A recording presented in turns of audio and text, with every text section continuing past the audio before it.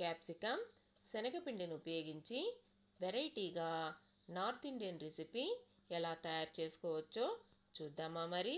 Stove వెలిగించి pan పెట్టుకొని అందులో 1 కప్పు బేసన్ వేసుకొని స్టవ్ని సిమ్లో ఉంచి 2 నిమిషాలు డ్రై రోస్ట్ చేసుకోవాలి. 2 నిమిషాల తర్వాత ఇలా కలర్ మారుతుంది. ఈ బేసన్ని ప్లేట్లోకి తీసుకొని పక్కన పెట్టుకోవాలి. సేమ్ ప్యాన్లో 2 స్పూన్లు ఆయిల్ వేసుకొని అందులో ఆవాలు, జీలకర్ర, వాము వేసుకొని ఫ్రై చేసుకోవాలి. అందులో పచ్చిమిరపకాయ ముక్కలు, కరివేపాకు వేసుకొని ఫ్రై చేసుకోవాలి.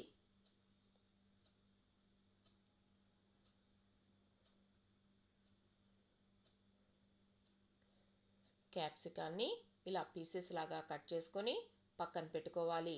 ఈ క్యాప్సికమ్ పీసెస్ని ప్యాన్లో వేసుకొని అందులో ఉప్పు, పసుపు, కారం, రోస్టెడ్ జీరా, ధనియా పౌడర్, ఆమ్చూర్ పౌడర్ వేసుకొని మొత్తం బాగా కలిసేటట్టు కలుపుకొని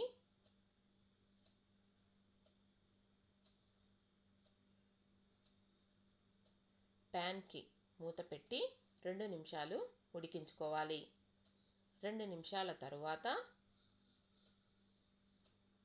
అందులో ఇంగువ పొడి వేసుకొని ముందుగా డ్రై రోస్ట్ చేసి పెట్టుకున్నాం కదా బేసన్, అది కూడా వేసుకొని మొత్తం బాగా కలిసేటట్టు కలుపుకోవాలి. ఈ బేసన్ ముక్కలకి బాగా పట్టేటట్టు కలుపుకోండి. చూడండి, ఈ విధంగా కలుపుకొని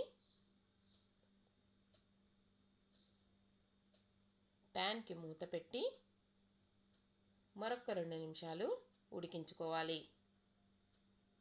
2 నిమిషాల తర్వాత మనకి కూర రెడీ అయిపోతుంది. చివరిగా కొత్తిమీర తురుము వేసుకొని మరొక్కసారి కలుపుకొని